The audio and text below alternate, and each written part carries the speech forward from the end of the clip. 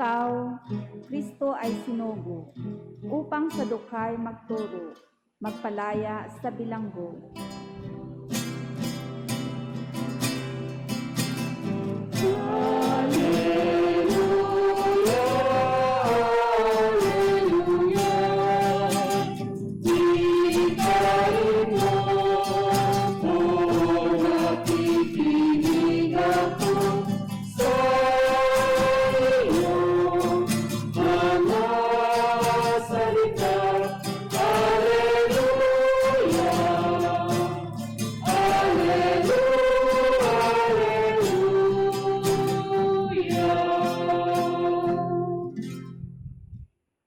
Sumainyo ang Panginoon.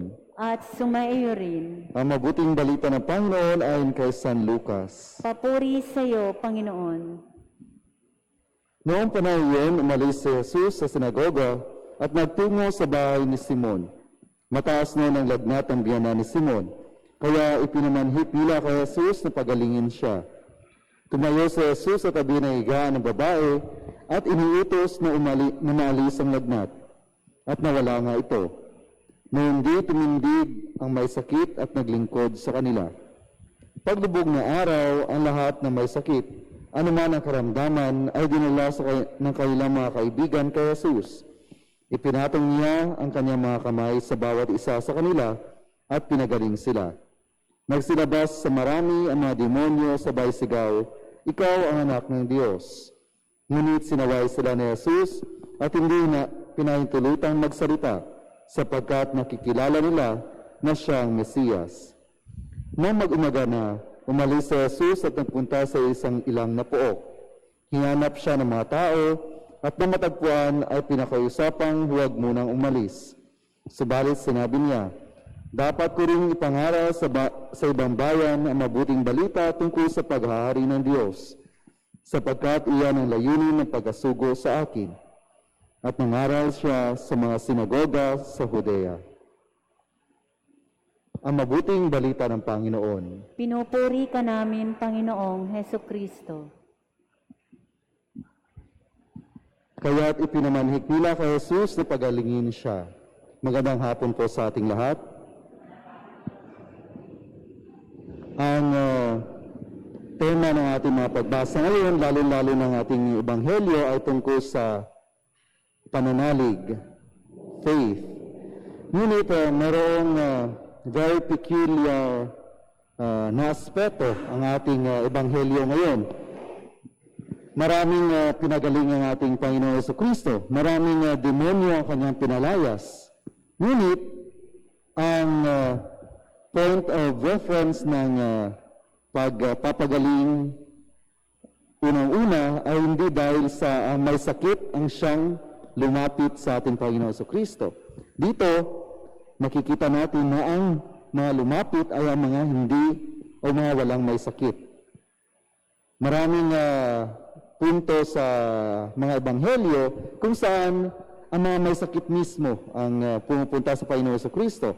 Ang bulag na tumatawag sa Panginoon Jesucristo. Ang babaeng dinudugo ng 12 na taon. Ito ang mga taong may sakit na lumalapit sa ating Panginoon Jesucristo. Ngunit, sa ating ebanghelyo ngayon, ating napakinggan na ang mga lumapit upang hilingin sa Panginoon Jesucristo na pagalingin ang mga may sakit ay yaong mga walang sakit. Ang kanilang kapamilya, ang kanilang kaibigan, kanilang mga kakilala. Mataas noon ang lagnat ng biyanan ni Simon. Kaya't ipinamanhik nila kay Jesus na pagalingin siya. Ang nila dito ay maaaring mga apostol, maging si Simon Pedro o maging ang kanyang pamilya, mga kakilala ng biyanan ni Simon Pedro. Ganon din sa ibang mga tao. Paglubog ng araw, ang lahat na may sakit, anuman ang karamdaman, ay dinala ng kanilang mga kaibigan kay Jesus. Dinala ng kanilang mga kaibigan kay Jesus. Isa itong aspeto sa ating pananampalataya na kung minsan, kailangan din natin ang pananampalataya ng iba. Mayroon tayong kasabihan sa Ingles, no man is an island. Ganon din sa ating pananampalataya minsan. tayo bilang isang individual, mayroong kainaan, meron tayong limitations, at kailangan natin ng tulong ng iba. Kailangan natin ng pananampalataya ng iba. Kailangan natin ng panalangin ng ibang tao. Kailangan natin ng tulong, gabay espiritual ng mga taong mas banal sa atin, mas nakakaalam sa atin, mas nakakilala ng Panginoong Jesucristo sa atin. Sa ating buhay espiritual bilang mga bininyagang Kristiyano Katoliko, ay hindi tayo nag-iisa. Although ang pananampalataya ay personal, mayroon din itong communitary dimension. Communitary dimension ng pananampalataya. Na lahat tayo, ang ating kaligtasan ay nababatay sa ating personal na mga choices. Ngunit, ang tulong upang tayo ay makarating sa Diyos, ang tulong upang tayo ay mas maging banal, minsan ay nangangailangan ng tulong ng iba, inspirasyon ng iba, panalangin ng iba. At ang patotoo dito ay ang ating ebanghelyo ngayon. Sasabihin din natin sa ating buhay espiritual, ating buhay Kristiyano, na kailangan natin maghilahan. Kailangan natin hilahin ng ating mga kapatid na nangangailangan ng tulong espiritual. Kailangan natin na hilahin ang ating kapatid pabalik sa Diyos sa kanilang problema sa moral, maling kasalanan ng moral. O mga kapatid natin nawawalan ng pag-asa, nawawalan ng tiwala sa Diyos, na sila ay pabalikin sa pamamagitan ng ating pananampalataya, ng ating panalangin at ng ating mga salita at ng ating halimbawa sa kanila. Kaya nga sa simbahang Kristiyano Katoliko, sa simbahan ay sa ating katekismo tayo naniniwala sa intercession of saints, communion of saints. Na lahat tayo, ang mga santo dito na namumuhay sa lupa, tayo mga bininyagan, ang mga santo sa purgatorio at ang mga santo sa langit ay mayroong pagkakaugnay. Ang mga santo sa langit, sila ay nanalangin para sa atin at sa mga santo sa purgatorio. Tayo dito sa lupa ay nanalangin din para sa mga kaluluwa sa purgatorio. Ito ang ibig sabihin ng intercession of saints at ang dimension, communitary dimension ng ating pananampalataya. Hindi tayo nag-iisa. Mayroon tayong kasama.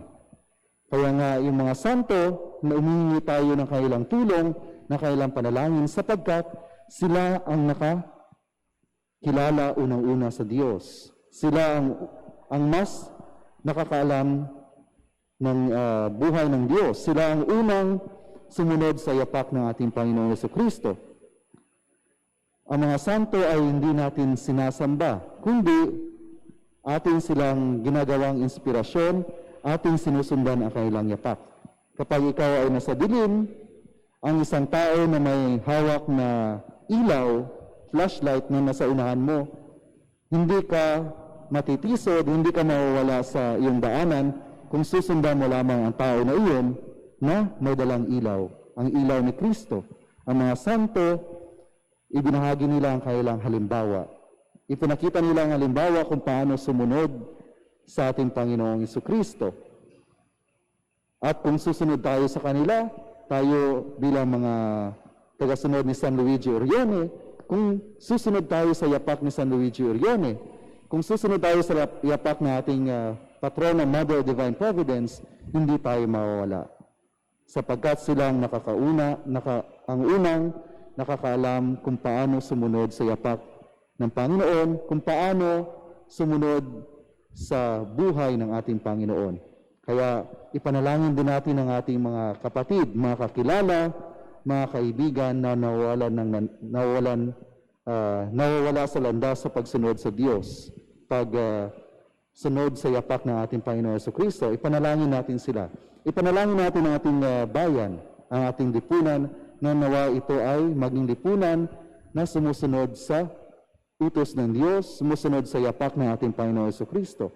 Ipanalangin natin ang mga lideres, simbahan at pamahalaan upang sila ay maging masigasig sa pagtugon sa pangailangan ng mga tao na iniisip ay ang totoong paglingkod sa Diyos at sa kapwa.